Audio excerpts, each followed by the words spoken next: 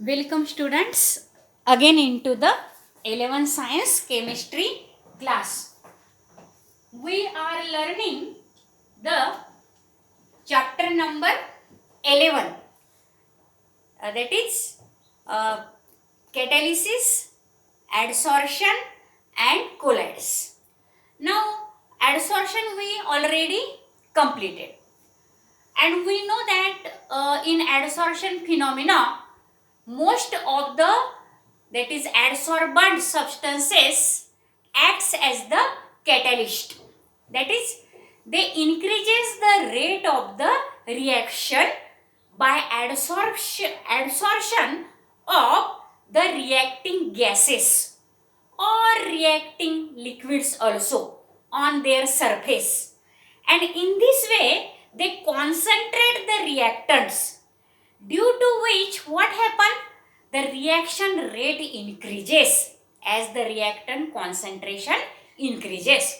In this way the good adsorbents are also very good catalyst, such as charcoal, again the platinum, palladium, nickel, raney nickel. These are the metals which in powder form or finely divided form they also acts as the catalyst in hydrogenation reaction, and again the ferrous, that is the iron, cobalt, nickel, these are also the metals which also used as the catalyst in a finely divided powder form into many chemical reaction, that is manufacture of the ammonia by Haber process, again the manufacture of sulfuric acid by contact process. Now these are the industrial that is application or industrial uses of the catalyst, and they are very important in industrial reactions, and also the biocatalyst which are present in our body. They are such as the hormones and enzymes. They are also very useful to enhance or increases the rate of the reaction in the, that is the living organism. So what is this catalysis then? Catalysis is the process in which catalysts are used as the substances which are actually do not take part into the reaction, but they only increases the rate of the reaction, they decreases the cost of the reaction, also decreases the temperature of the reaction. In this way financially catalysts are very useful, and this phenomena of using the catalyst into the different reactions, chemical reactions, is called as the catalysis. Now how can we define then this catalyst? What is the definition of the catalyst? Now chemically catalyst is defined as, catalyst can be defined as a substance which when added to a reacting system means reaction. So a catalyst can be defined as the substance which when added to the reacting system or in the reaction, it increases the rate of the reaction, without itself undergoing any permanent chemical changes. That means the catalyst which is used, the substance catalyst which is used in the reaction do not itself undergo any permanent change, or they do not take part into the chemical reaction, but they only enhance or increases the rate of the reaction. Now this is the definition of the catalyst. So a catalyst can be defined as the substance which when added into the reacting system, it increases the rate of the reaction without undergoing any change itself or any permanent chemical change. Now the use of the catalyst lowers the reaction temperature. I already told you that the use of the catalyst, that is the use of the catalyst decreases the reaction temperature and also decreases the energy cost or lowers the energy cost. Now catalysts or catalysis, the phenomena of catalysis are importance into the chemical industry as well as in the living organism. These are very, they have very, catalysts have or catalysts are of importance in chemical industry and in the living organisms. Now, without catalyst, the reaction rate is very slow in case of living organisms also or in the industry also. Now, catalysis phenomena is of two types. Catalysis are of two types. Homogeneous catalysis and heterogeneous catalysis. Now, let us first learn about the homogeneous catalysis. Now, what is this homogeneous catalysis? This is very simple. If the reaction have both the, that is reactants as well as catalyst, both are present in the same phase. It may be liquid, it may be solid, or it may be gas, but the reacting substances and the catalyst must are present in the reaction in the same phase. Then such catalysis is called as the homogeneous catalysis. So what is the definition of homogeneous catalysis? When the reactants and catalyst are in the same phase, it is said to be homogeneous catalysis. Now, there are so many industrial examples of the homogeneous catalysis. The first one is that is decomposition of hydrogen peroxide, H2O2. We know that when H2O2, hydrogen peroxide, decomposes, it forms the oxygen as well as water. Now, at that time, in the decomposition of the hydrogen peroxide H2O2, there is the use of the iodide ion, I minus ion. Now, this iodide ion and the H2O2, that is the hydrogen peroxide, both are present in the aqueous phase in this reaction. As both reactants and catalyst are in the same phase, same aqueous phase, so it is the example of the homogeneous catalysis. So, the first example is iodide ion, I minus ion, find use as the homogeneous catalyst in decomposition of aqueous hydrogen peroxide. Now, in this reaction, both I minus ion and H2O2, hydrogen peroxide, are in the same aqueous phase. Now, the second example is in the that is the manufacturing of the sulfuric acid H2SO4 by the contact process. Now, there is one step, that is the lead chamber process is there, in which the sulfur dioxide is converted into the sulfur trioxide by oxidation or by using the dioxygen. So, SO2 when converts into the SO3 in the lead chamber process, at that time that is nitric oxide, this NO, nitric oxide, is used as the catalyst.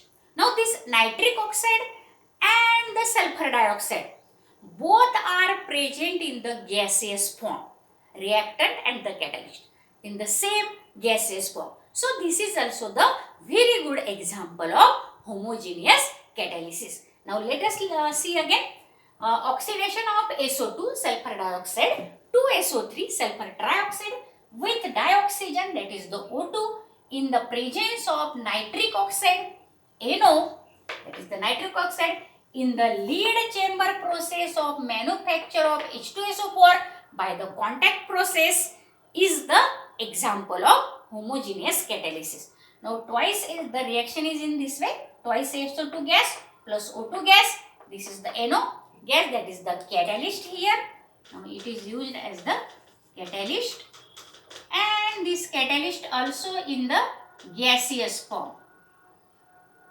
Now, these convert into the SO3, that is the sulfur trioxide gas. Now, that is also in the gaseous form. So, these are the two. Again, let us learn, there are totally 4 industrial applications of homogeneous catalysis or example of homogeneous catalysis. Let us learn the third example. Again, pay attention students on the blackboard. Now, the third example of the homogeneous catalysis is in the hydrolysis of the cane sugar. or sugar. We know that the cane sugar, that is C12H22O11, after hydrolysis gives the monosaccharide sugar, that is the glucose and fructose. Now there in that hydrolysis, H plus ions, hydrogen ions, that is the protons, which are promoted or which are furnished by the H2SO4 acid, is used as the catalyst. And in this hydrogenation of the in the hydrolysis of the sugar, these H plus ions are always into the liquid or solution form, as well as both, that is catalyst, this is H plus ion, and the cane sugar is in the aqueous form. Both are in the liquid or solution form. So this is also the example of the homogeneous catalysis. Now the third example is the hydrolysis of the cane sugar is catalyzed by the H plus ions furnished by sulfuric acid H2SO4. That is H plus ion supply by this H2SO4 furnished by sulfuric acid. So C12H22O11 in the aqueous form, this is the cane sugar. On hydrolysis, hydrolysis means reaction with the water in the presence of the H2SO4, which gives the H plus ion, which is also in the liquid form. Here water is also liquid. This is in the aqueous form. Catalyst and that is the reactants are also in the liquid, same phase, and therefore on hydrolysis this C12H22O11 gives the two different sugars, that is the C12H22O11 glucose and C12H22O6 glucose, C12H22O6 fructose. Now though the molecular formula of this glucose and fructose sugar are same, but they are different into the structural formulae. So they are the isomers. And here the reaction is balanced. Here C12, carbon atoms are 12, hydrogens are 22 plus these 2, that is the 24, and oxygen 11 plus 1, that is the 12. So both the, that is molecules of glucose and fructose contain 6 carbon atom, 12 hydrogen atoms and 6 oxygen atom. Now all the reactants and catalyst are in the same solution phase. So this is the example of the homogeneous catalysis. Now next example is the enzyme catalysis. We know that the enzymes are in the liquid form. So also the chemical reaction which are going to in our body or in the living organism body, they are also the reactants are also into the liquid form. So enzyme catalysis is also the important type of homogeneous catalysis. Now these are the 4 different examples of homogeneous catalysis. Now let us learn the heterogeneous catalysis. Now how we can define the heterogeneous catalysis? When the reactants and catalyst are in different phases, or when the reactants and catalyst are present in the different phases, then it is said to be heterogeneous catalysis. Now generally in this catalysis or heterogeneous catalysis, the catalyst is generally in the solid phase and the reactants may either be in the gases or in the liquid phase.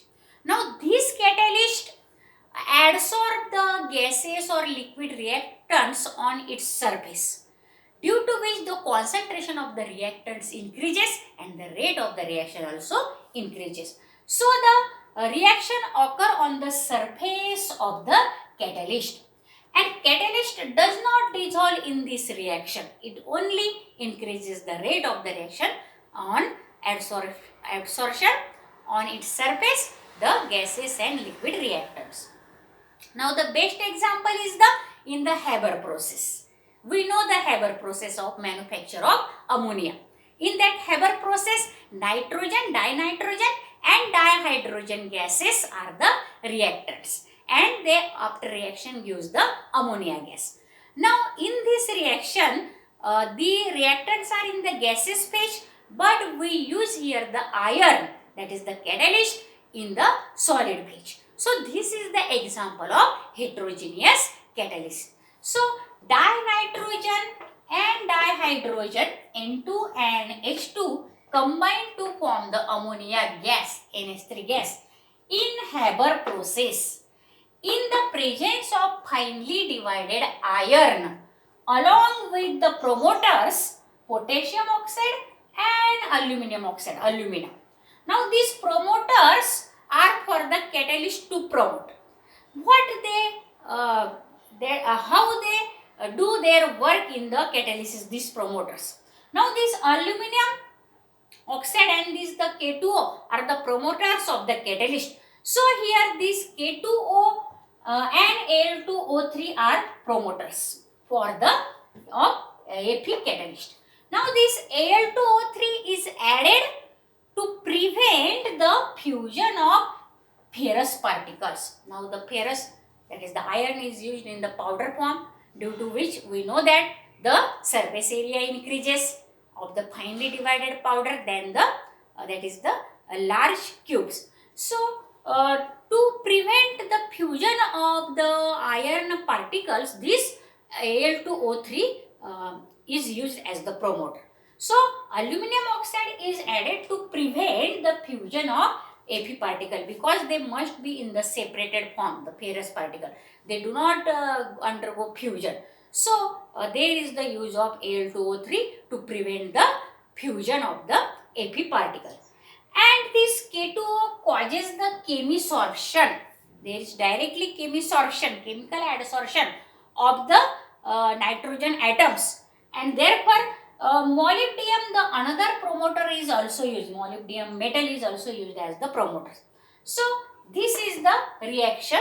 We know that the formation of ammonia, N2 gas plus thrice H2 gas in the presence of catalyst ferrous in the solid form, and this K2O and Al2O3, which are the promoters, it gives the ammonia in the Haber process. Now these are the this is the first main example. There are the three example of the heterogeneous catalyst. Now in this reaction, the reactants are in the gaseous phase and the catalyst is in the solid phase. So this is the example of heterogeneous catalysis. Now let us learn again the two different examples, industrially very important.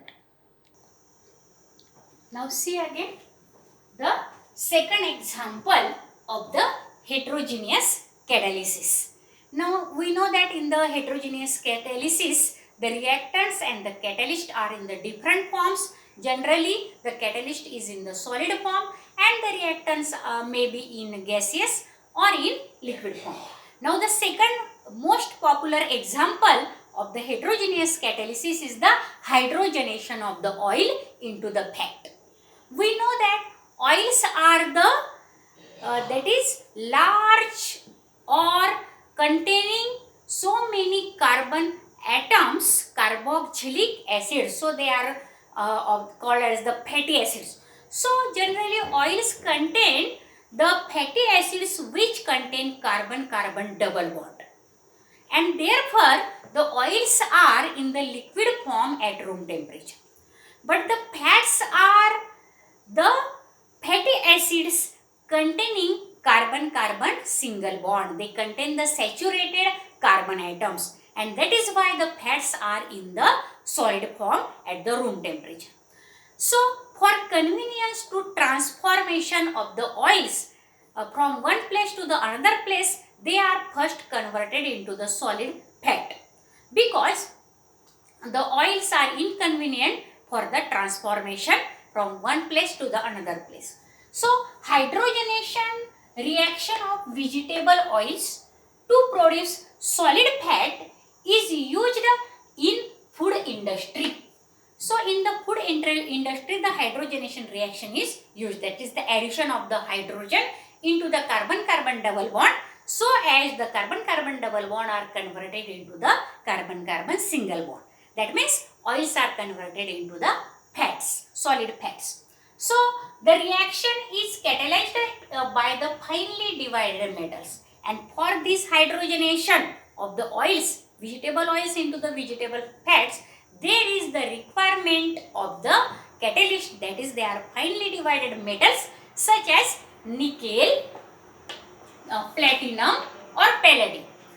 Now vegetable oil contain one or more carbon-carbon double bond. They contain one or more carbon-carbon double bond. And in its structure, on hydrogenation, the solid product, that is the fat, then contain only carbon-carbon single bond. And that is why they are in the solid form. That is the product fat. Now the fat is then called as, it is then called as the vanaspati ghee. We call it as the vanaspati. So the vegetable oil, which is in the liquid form at room temperature, contain carbon-carbon double bond. On hydrogenation or addition of hydrogen gas in the presence of solid catalysts such as nickel, platinum or palladium in the finely divided particle form, they gives the vanaspati ghee, which is in the solid form, that is the product, and which contain the carbon-carbon single bond. Now here the catalyst is in the solid form, but the reactant vegetable oil is in liquid form and hydrogen in the gaseous form. As all they have the different phases, therefore it is the example of heterogeneous catalysis. And the third example of heterogeneous catalysis is in the automobile catalytic converters. In the automobile catalytic converters, the catalytic converters are poisoned by the lead, due to which what happen, these converters convert the pollutant gases into the non-pollutant gases. That means there is the decrease of the pollution in the automobile industry. There is the exhaust of the poisonous gases such as carbon monoxide, nitric oxide. These are the poisonous gases. But to that is prevent the poisonous gases, they are converted by the catalytic converter, automobile catalytic converter, into the non-poisonous gases such as the carbon dioxide or water vapor or nitrogen or oxygen gases. And there these, that is the catalytic converters, are in the solid forms. They are poisoned by the lead. Lead is in the solid form. Therefore, in and all these pollutant gases are pollutant gases are, they are the gases. So this is the example of heterogeneous catalysis. So in automobile catalytic converter, in automobile there is exhaust of large number of air pollutants such as carbon monoxide, nitric oxide, etc. The catalytic converter transform these pollutants into carbon dioxide, water vapor, nitrogen gas or oxygen gas. And the catalyst is poisoned by the adsorption of lead. That is the solid form, that is lead metal. So the automobiles with catalytic converter require unleaded petrol. And so the petrol which is used in the automobile must be unleaded because the catalytic converter are poisoned by the lead. Now lead is in the solid form. Now these are the examples of the heterogeneous catalysis. Now tomorrow in the next lecture we will learn about the inhibitors which are used in the chemical reactions. Now if student you understand the definition of catalyst, again the what is catalysis process and which are the types of the catalysis, what is the homogeneous catalysis, what is the heterogeneous catalysis, and which are their most important industrial applications or examples, then you subscribe, like and share this video to the another 11 science students and tell them to subscribe and like, because this knowledge is very important into the entrance examination, in JEE, in CET and in NEET examination for your career. So best of luck for your study. Thank you.